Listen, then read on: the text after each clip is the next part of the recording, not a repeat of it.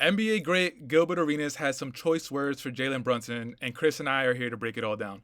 What's up, guys? It's your boy Dariel and Chris from Knicks Digest. And Chris, let's hop right into today's video. So, yesterday on Gilbert Arenas' YouTube show, Gil's Arena, they had a little segment talking about Jalen Brunson. And as you can see here, he was talking about just how Jalen Brunson's name is not really in the NBA zeitgeist, if you will. Quote, he reminds me of Isaiah Thomas during that Boston year. So I was actually watching the show when he was saying it, and he was talking about Isaiah Thomas from the Boston Celtics, the season 2016-2017, where Isaiah was like the third leading scorer in the NBA, and he was having just a ridiculous year for the Boston Celtics. Now, before I get into the actual quote, I gotta go a little ISO Dariel real quick. All right, Chris, give me a second. So before I get into the actual statement and the quote or whatever, as far as Gil's Arena, yo, like, this is not like an ad or anything, but like he has rotating guests, and the only thing I have to say is that like, can the rotating guests please give Gilbert Arenas some shit? I feel like everybody just agrees with everything he says, and nobody gives him a little bit of pushback. The only person that I think gives him pushback is Rashad McCants. And a lot of people have a lot to say about him being barely an NBA pro, but I do respect Rashad for like giving Gilbert Arenas a pushback and every single topic of every single day. I also want to shout out Lexi Brown, sexy Lexi. It was such a beautiful girl. Hopefully you watch this. But, all right, going into the actual statement. So, like I said, Gilbert Arenas was comparing Jalen Brunson to Isaiah Thomas, Boston Celtics, 2016-2017 season. And the host of the show, Josiah Johnson, was just talking about if they don't think Jalen Brunson gets the respect that he deserves based off of last season with the Knicks and this current season that he's been putting in work with the Knicks. So first and foremost, Chris, did you see the statement that he made? Yeah, and I feel kind of weird about it because obviously he wasn't hating on Jalen Brunson in my mind. What he was saying more than anything is that Brunson's skill is a higher level than his name value. And that happens for certain players. For instance, and I'm not throwing shade at him because he's having a tremendous season. He's averaging around 24 points per game. Kyle Kuzma for a while, his name was more hyped than his actual play on the court. And I'm not calling Kuzma a bad player or anything like that. But when we look at certain guys, name value sometimes hits more. And for someone to be the star on the New York Knicks, it's not like Brunson's that famous. And obviously, it's growing within New York City. If you say the name Brunson, everyone's going to know who you're talking about. But he isn't on that echelon of fame that Carmelo was when he was with the Knicks, just to bring back the Knicks' most recent star, or arguably even Porzingis. So it's one of those situations where I don't think this was hate. And Brunson does deserve more credit than he gets. As Slam put on a recent Instagram post after his 50-point game, they were like, start respecting number 11. And Brunson does need a little bit more respect because he's putting up 25.5 points per game and shooting 46% from three. The man's balling out. He's an all-star. He's nearly an all-star starter. First and foremost, I'm always gonna have to give you respect for always finding an angle to bring up Carmelo Anthony. Uh, Number two, no. I mean, at first, I'm not gonna lie. Coming into this video, I was getting ready to roast Gilbert Arenas for that take, but no, it's true. Like Isaiah Thomas that season, he wasn't getting the respect that he was given that he deserved because he didn't have name recognition. And yeah, I mean, I guess you can say that about Brunson. But the one thing that I will say is that last night on the call, Mike Breen and Alan Hahn. Of course, we also got to shout out the Knicks for beating the Lakers. Big win. But Mike Breen was saying how like in the crypto arena, he's seeing a lot more number 11 New York Knicks jerseys, and that definitely has something that you got to say something about that because I feel like now the NBA fans they're just realizing that Brunson is the leader on the team. He is the best player on the team.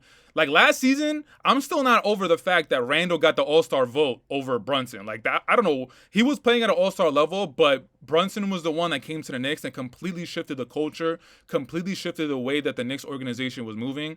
The Knicks would not have made it to the playoffs, the second round of the playoffs, if it wasn't for Brunson. Now the All-Star voting, you could say, is very politically, basketball driven. You can say all that. But Mike Breen saying that he sees a lot more in number 11 jerseys, it's a good sign for Jalen Brunson and the Knicks. But what I want to do right now is I actually want to compare the numbers of Isaiah Thomas, the 2016-2017 season, and Jalen Brunson. So for that season for Isaiah Thomas, he was averaging 28.9 points. He was averaging 2.7 rebounds. He was averaging 5.9 assists, which surprised me. He was shooting 46.3% from the field on 19.4 field goal attempts. 3-point field goal percentage was 37.9, and he was averaging 8.5 shots. So the 3-point was coming on, but it wasn't as prevalent as it is right now. Now I want to compare those numbers to Jalen Brunson's last season with the Knicks, because it's the only season he's had a full year with the Knicks. So as far as points, Isaiah Thomas averaged 28.9 in that season. Jalen Brunson averaged 24 last season. Isaiah Thomas averaged 2.7. Jalen Brunson averaged 3.5 rebounds. Isaiah Thomas averaged 5.9 assists. Jalen Brunson last season averaged 6.2. As far as field goal percentage, Isaiah Thomas averaged 46.3 on 19.4 field goal attempts. Jalen Brunson last season averaged 49% on 17 field goal attempts. And as far as 3-point field goal attempts, Isaiah Thomas averaged 37.9 on 8.5 3-point attempts. And Jalen Brunson averaged 41% on 4.7 attempts. So I know there's a lot of numbers being thrown at you, and I've said ever since I started these Knicks videos, I'm not a numbers guy. But as far as like if you're comparing certain players, I feel like one of the best things to do is compare their stats. Now, again, just looking at those numbers, Isaiah Thomas, you could say, had a little bit of better of a season. But the one thing that numbers on the paper do not show the impact that the players have on a particular floor, as far as leadership quality, as far as leadership style. One of the big things about him that we've also seen with Jalen Brunson is Isaiah Thomas was the king of the fourth quarter. That man was putting up around somewhere between 9 and 12 points per game in that fourth quarter of those Celtics games. That man was ice cold. He was just as clutch as it got. And that's one of Jalen Brunson's best abilities, is that when it's crunch time, he is just unfazed completely, as stoic as it gets.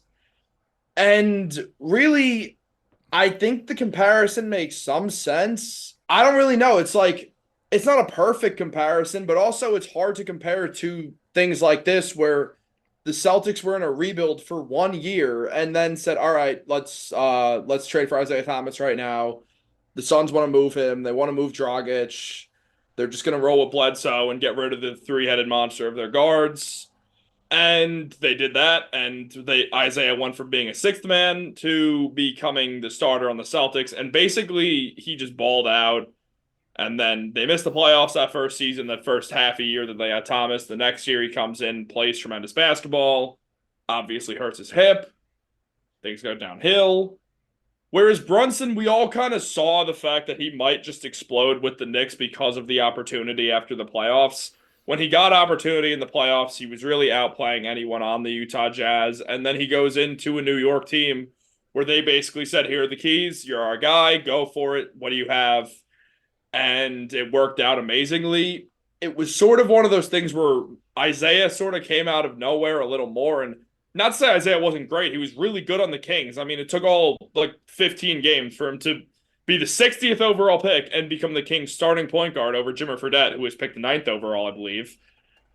Just really, really tough to sort of compare two guys like this because the teams were in different spots. I feel like also Brunson doesn't get the respect just because he's with the Knicks, and the Knicks organization for the past more than a decade has been a joke. They've only had like literally barely a handful of moments of like being good. Yeah, like for instance, when the Celtics acquired Isaiah, they were in the middle of they blew up the team a year prior. Rondo was the last piece of that '08 finals run. They traded him to Dallas for Jay Crowder and all those pieces. And then you go into the next year and they instantly find momentum again. Whereas the Knicks had that one-off year where Julius had a tremendous season and carried the Knicks completely. And then the next year, they have no point guard. Alec Burks is playing at point guard. It screws up the entire flow of the team. The Knicks miss the playoffs. Then they come back and play well, but it's still it was still rare to see the Knicks be good. We'd only seen it one time, and it wasn't directly before. So people are used to the Knicks being trash, and there's going to be casual fans out there who just hear the Knicks and just believe that the Knicks are trash blindly because that's what you're going to get when you're looking Right. sort of at a New York Knicks team that, when considering things, there's been two playoff runs in the last 10 years. One of them was embarrassing, and they lost to the Hawks very quickly, and all that came out of that was how Trae Young's good at basketball.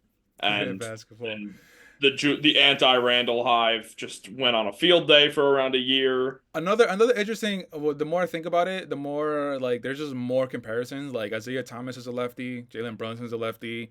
As far as height, they're not so far apart. Isaiah Thomas was what, barely 6 feet, I think, and Isaiah Thomas is 5'9". there you go. And Jalen Brunson's what, 6'2", 6'3", something like that. It So says 6'2". I think that's generous. yeah, he might be like But I've six also one. never met Jalen Brunson in person, so I cannot say how tall he is. But we're both taller than him. I know that. Yeah, so it's like the more you think about it, the more the comparison isn't terrible.